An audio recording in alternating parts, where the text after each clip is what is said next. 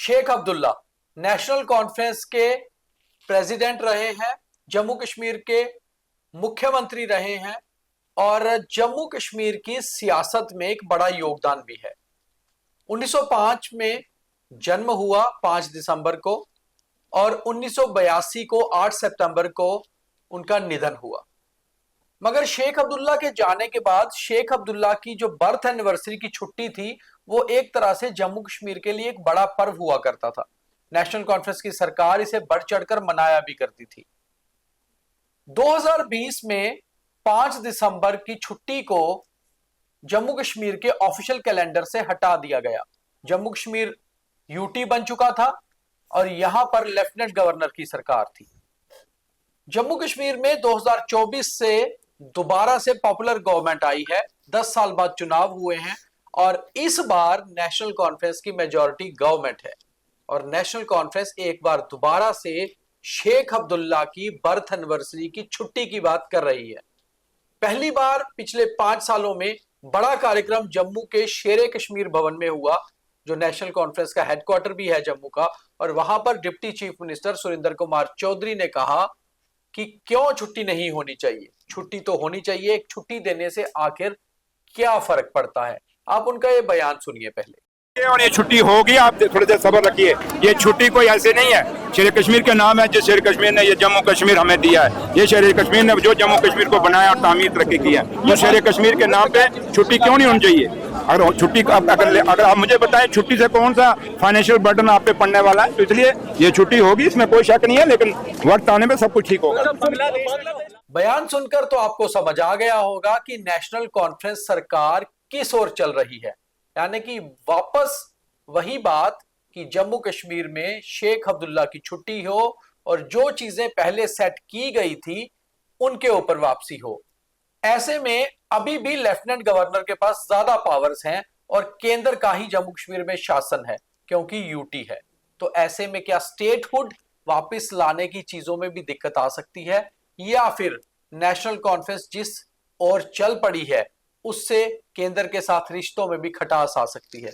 पवन जी, शेख अब्दुल्ला के birth anniversary की छुट्टी को वापस लाओ, नेशनल कॉन्फ्रेंस का एक नया मिशन शुरू हुआ है।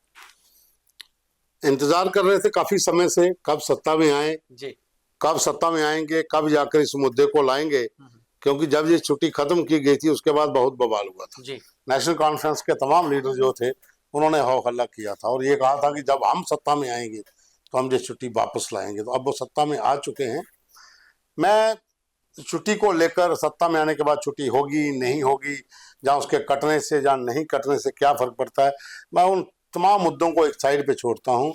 मैं बात करूंगा आज जो इनकी इफ्रा जान, जो स्पोक्स पर्सन है और एनसी वुमेन सेल की लीडर हैं, उनका जो बयान था वो कहीं छुट्टी को लेकर नहीं था, वो एक नफरत फैलाने वाला बयान था। वो दो कम्युनिटी के बीच में खाई, जम्मू संभाग और कश्मीर संभाग के भीतर खाई डालने वाला, और उसका ये कहना कि महाराजा के जुल्म सितम से हम लोग सताए हुए थे, हम जेलों में जंप कर देते थे जहां वो फेंक देते थे।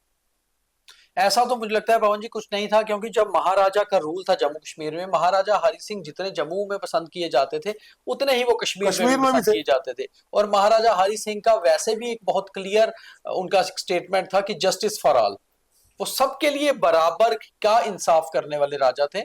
और वो वैसे भी पढ़े लिखे थे और लोगों को पसंद करते थे, लोग उनको पसंद करते थे। तो मुझे लगता है कि आज ऐसे स्टेटमेंट देना, ये चीजें करना, फिर 1948 में जो कुछ हुआ वो उसके अलग अलग बयान है, मगर आज के समय में 2024 में ऐसा बयान देना तो जाहिर सी बात है कि कहीं ना कहीं लाइन जो है कोई और टो की जा रही है, लाइन टो की जा रही है, करवाई जा रही है। देखिए इसमें साफ तौर पर है, सुरेंद्र कुमार चौधरी जो डिप्टी सीएम है, उनका ये बयान देना कि छुट्टी अगर हो जाएगी तो उससे कौन सा बर्डन खजाने पे बढ़ जाएगा एक दिन के, ठीक है नहीं पड़ेगा। मैंने पहले कहा कि हम उस मुद्दे को छोड़ ही देते हैं, लेकिन कहने का मतलब है कि नेशनल कॉन्फ्रेंस की जो लीडरशिप है उनको एक कंधा मिला है जिसके ऊपर रख के बंदूक चलाई जाएगी। एक नहीं दो मिल चुके हैं।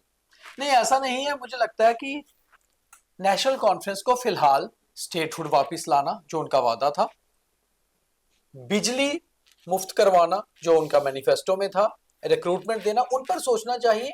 छुट्टी हो या ना हो, और इस तरह के उनके स्पोक्स पर्सन के बयान, ये कहीं ना कहीं केंद्र के साथ उनके रिलेशंस को खराब ही करेगा, बेहतर नहीं करेगा। तभी नीचे वाले लोगों से कहा जा रहा है कि बयानबाजी करिए। अली मोहम्मद सागर का बयान आपने सुना होगा, वो इतना वो नहीं था। उन्होंने कहा कि छुट्टी वापस दीजिए, क्योंकि शेख अब्दुल्ला ने जम्मू कश्मीर के लिए बहुत काम किया है, वो लोगों में बहुत पॉपुलर थे, वो बड़े सोशल थे और वो सोशल जस्टिस की बात करते थे, इसलिए उन जैसी शख्सियत के जन्म दिवस पे छुट्टी होनी चाहिए। ये उनका कल का बयान था। हम उनकी हर बात से एग्री करते हैं कि उन्होंने जम्मू कश्मीर के मुख्यमंत्री थे, यहाँ पर उन्होंने बहुत अच्छे काम भी किए हैं।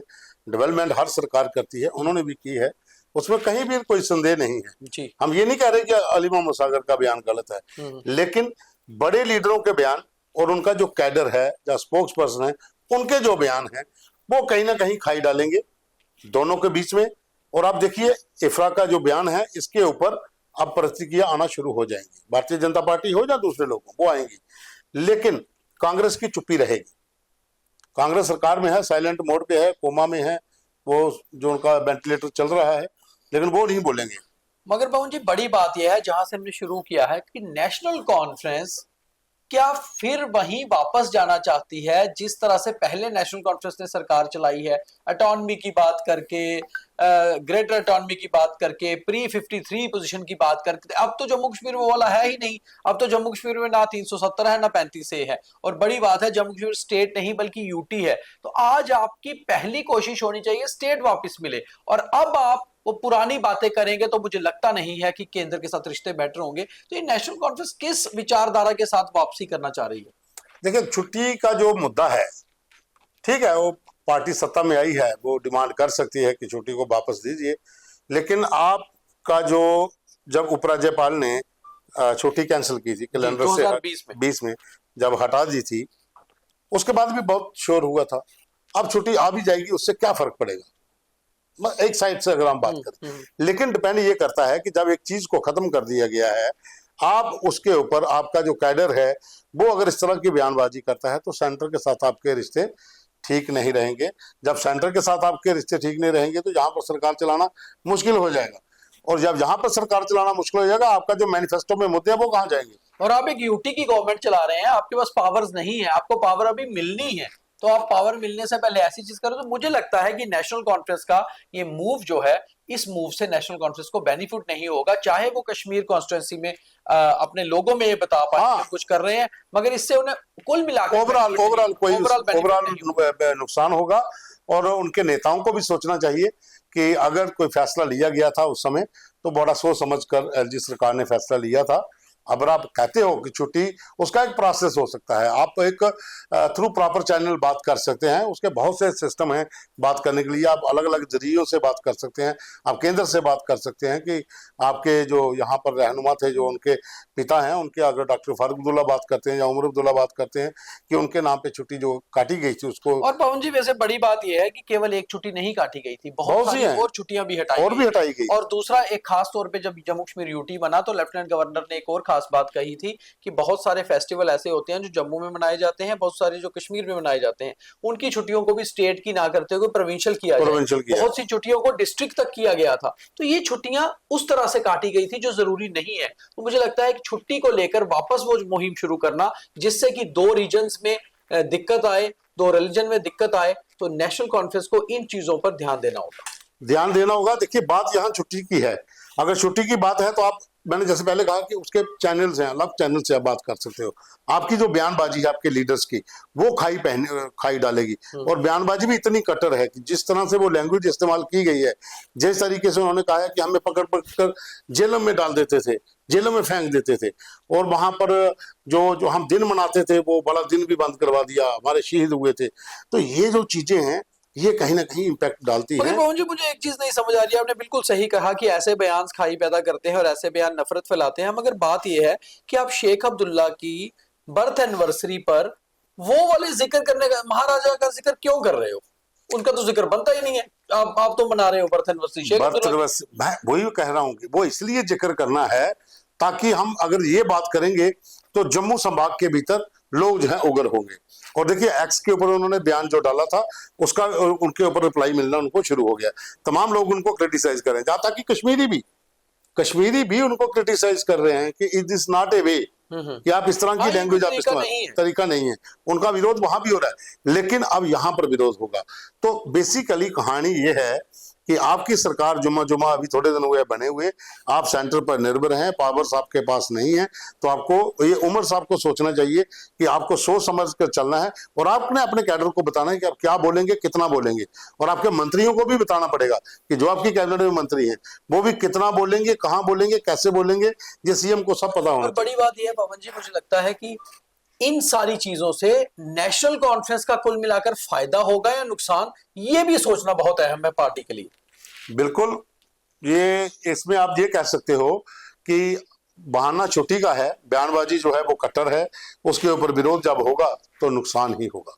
तो कुल मिलाकर नेशनल कॉन्फ्रेंस को यह सोचना होगा कि क्या शेख मोहम्मद अब्दुल्ला की बर्थ एनिवर्सरी पर छुट्टी बाकी मुद्दों से अहम है, और अगर अहम है तो फिर इस छुट्टी को मैनिफेस्टो में क्यों नहीं रखा गया था, इलेक्शन कैंपेन में इसका इस्तेमाल क्यों नहीं किया गया, क्योंकि सबसे पहले लोगों ने आपको वोट क्यों दिया है ये समझना होगा।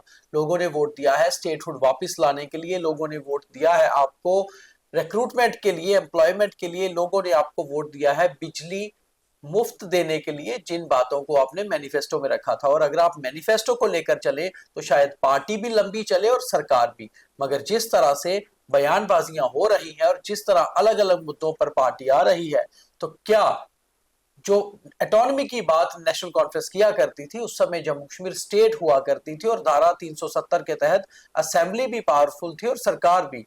आज केंद्र सरकार के पास सारी ताकत है और वो कितनी ताकत स्टेट को देती है ये सारा कुछ डिपेंड करेगा कि स्टेट में जिसकी गवर्नमेंट है उनके रिश्ते कैसे हैं। तो नेशनल कॉन्फ्रेंस को विचार करना होगा कि उन्हें किस लाइन पर आगे बढ़ना है। उम्मीद है आपको ये कार्यक्रम अच्छा लगा होगा, और आप किस पॉइंट पे क्या सोचते हैं ये हमें जरूर मैसेज करके नीचे कमेंट बॉक्स में बताइए, ताकि हम भी जान पाएं कि जम्मू की जनता और हमारे व्यूअर्स सोचते क्या हैं इन सभी मुद्दों पर। बहुत धन्यवाद।